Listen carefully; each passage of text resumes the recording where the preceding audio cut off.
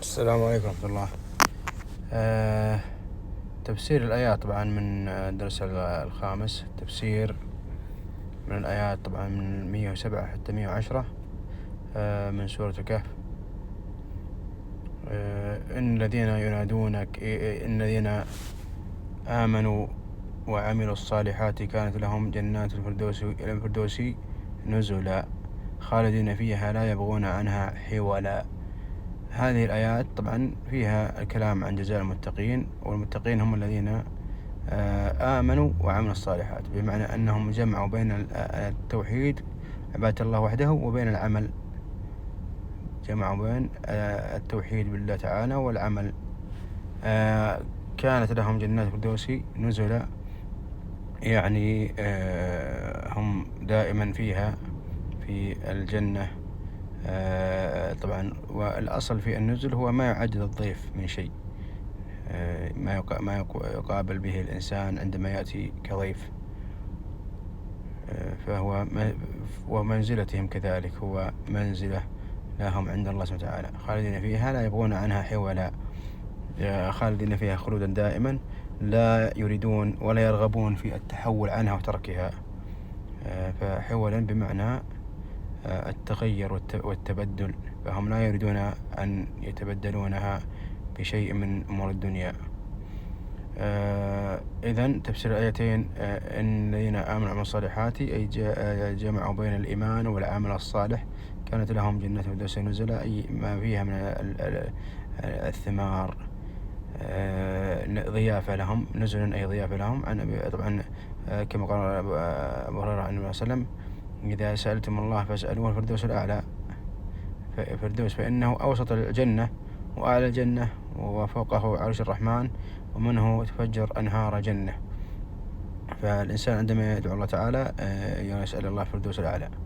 خالدين فيها أي مقيمين فيها، لا ينتقلون عنها أبدا، ولا يبغون أيضا، لا يطلبون تحولا عنها ومفارقة لها.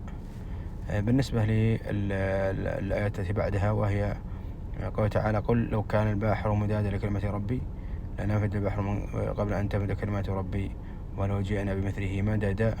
هذه دلالة على عظمة الله تعالى وما له من الآيات ومن النعمة ومن الفضل، فإنه لو كتبنا أفضاله وأنعامه على الإنسان وما له سبحانه وتعالى كتبناه في مداد. هذا المداد ملء السماوات، ملء البحار والمحيطات والأنهار وغيرها من ماء الأرض، لنفد هذا الماء كامل. وطبعا المداد هو الحبر، يعني لو تحول هذه البحار إلى حبر وكتبنا به بالأقلام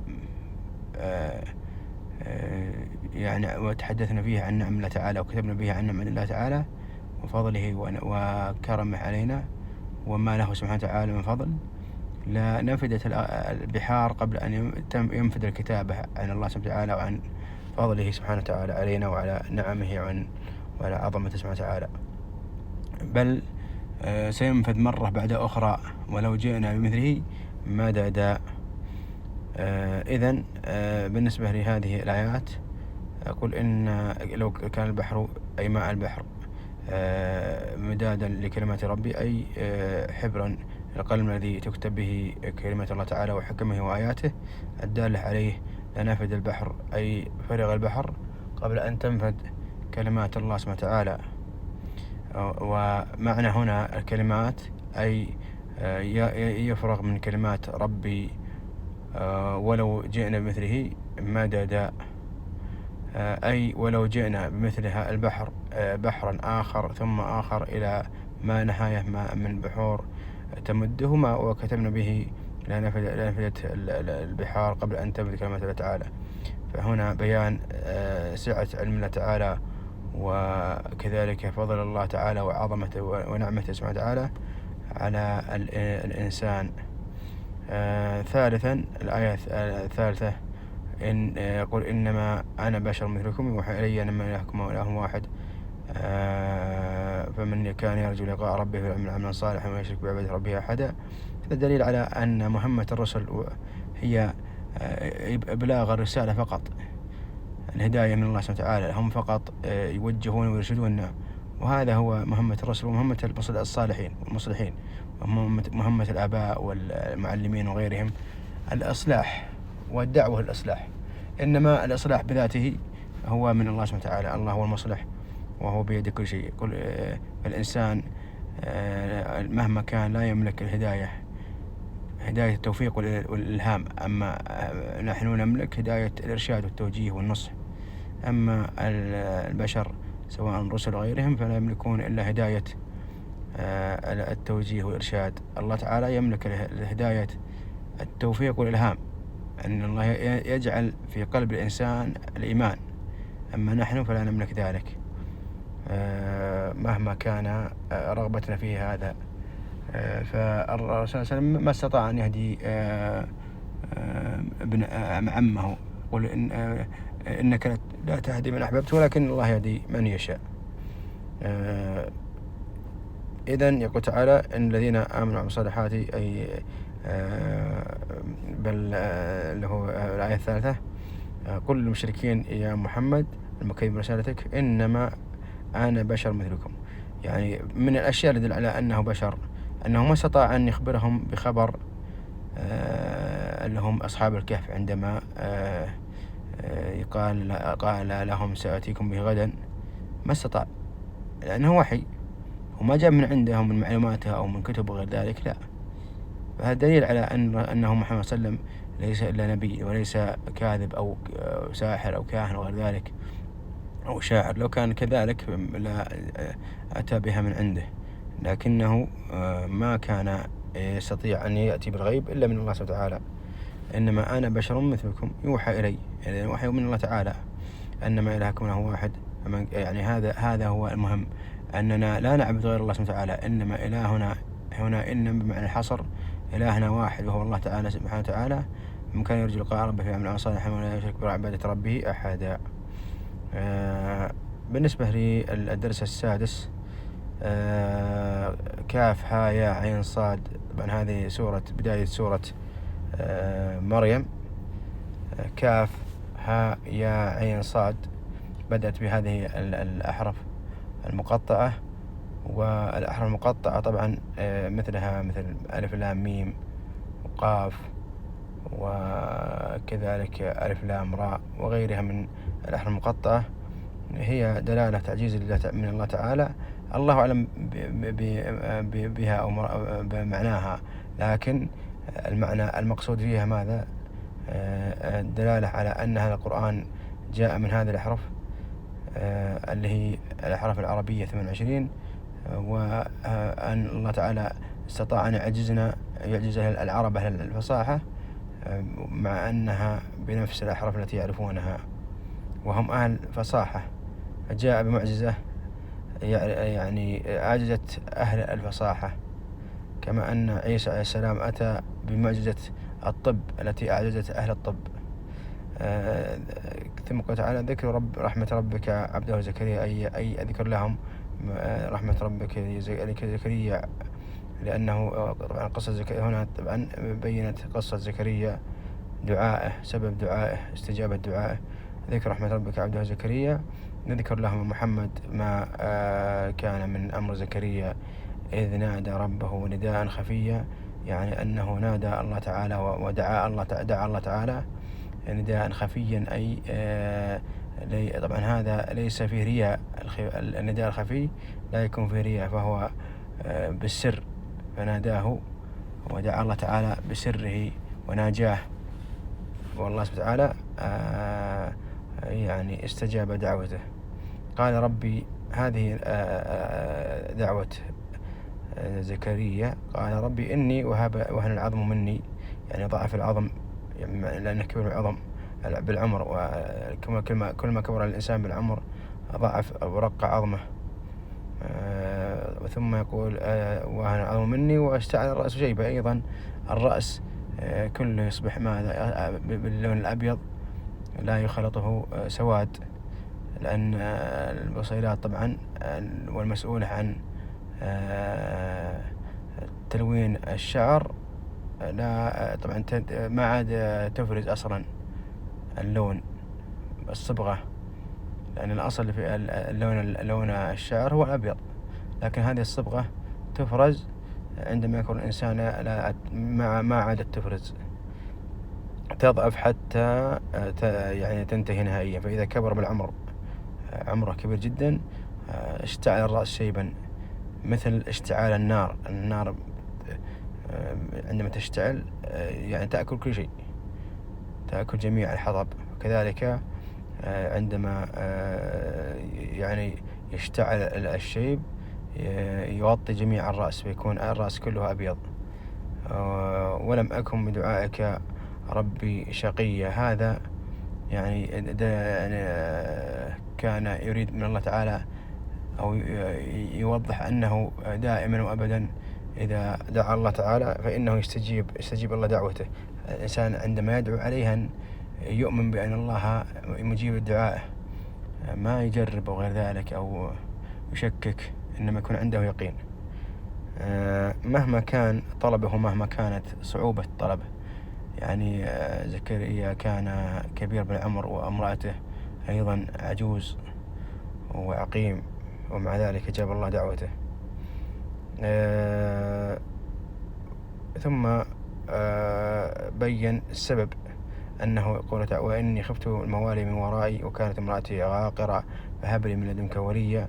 أراد أن يكون الأمر أخروي، وهو أن يرثه في النبوة، ميراث النبوة، لأن الأنبياء لا يورثون المال، إنما يورثون العلم.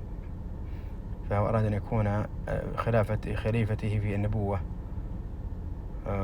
والموالي هنا بمعنى الذين يأتون من بعده يخلفونه، وأيضا يسمى المولى العبد، كذلك المملوكين. فهو لم يرد أن يعني ينتقل الأمر إلى غيره أو غير يعني سلالته.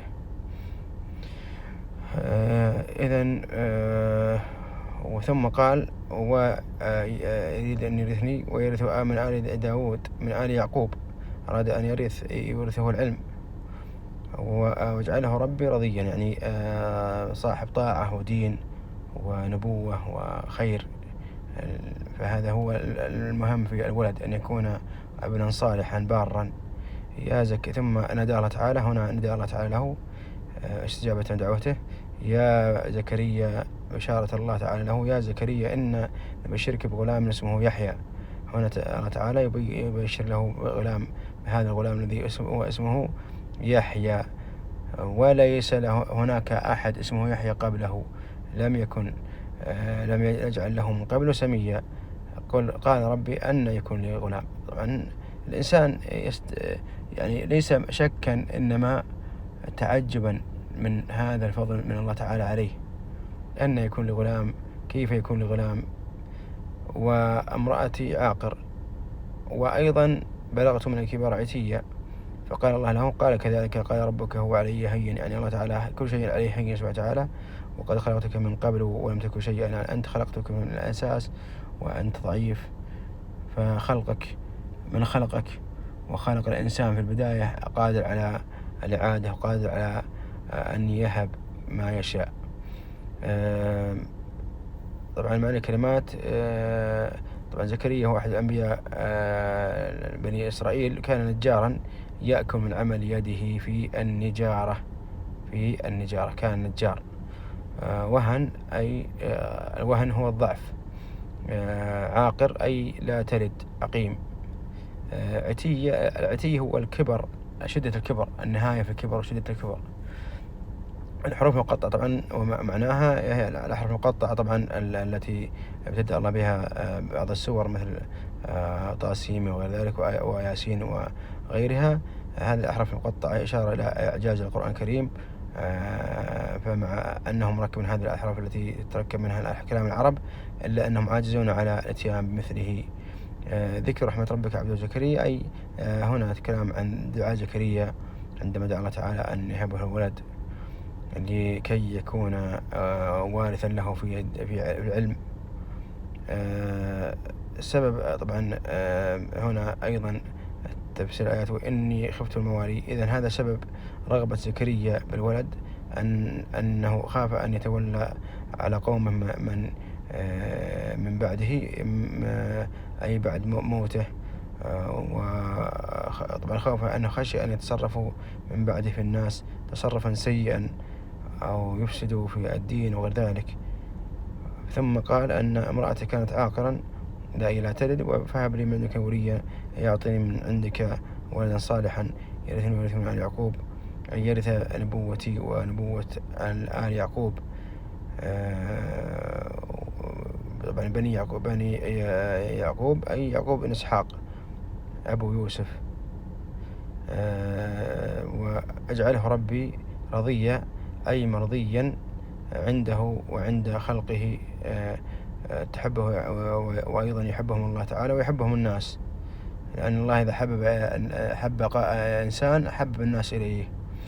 إذن أراد أن يكون وارث النبوة في بني يعقوب اللي هم اليهود، لأنهم أبناء يعقوب عليه السلام، اللي هم أبناء يعقوب، وهؤلاء كلهم موسى وعيسى وزكريا وبقية كل هؤلاء سليمان عليه السلام من ذرية يعقوب عليه السلام. من فوائد طبعا مشروعية طلب الولد الصالح، أيضا مشروعية الدعاء للولد بالصلاح يكون صالحا. يا زكريا إنا نبشرك بغلام اسمه يحيى، هنا بشر الله تعالى بهذا الابن باسمه الذي ما كان أحد من الناس اسمه زكريا قبله. طبعا أهمية حسن الظن بالله تعالى، وأيضا قدرة الله تعالى لا حدود لها. فهو قال ولم أكن بدعائك ربي شقيا. قال ربي أن يكون لي غلام، أي كيف يكون لي ولد أو امرأتي عاقر وأيضا كبير بالعمر. قال كذلك الله تعالى قال له أن الله يفعل ما يشاء، فهو سهل عليه كل شيء سبحانه وتعالى. من فوائد الآيات من الآية بيان قدرة الله تعالى على جعل العقيم ينجب، يعني جعله ينجب ويقيم، أو بيان أيضا الدعاء من أقوى الأسباب لعلاج العقم.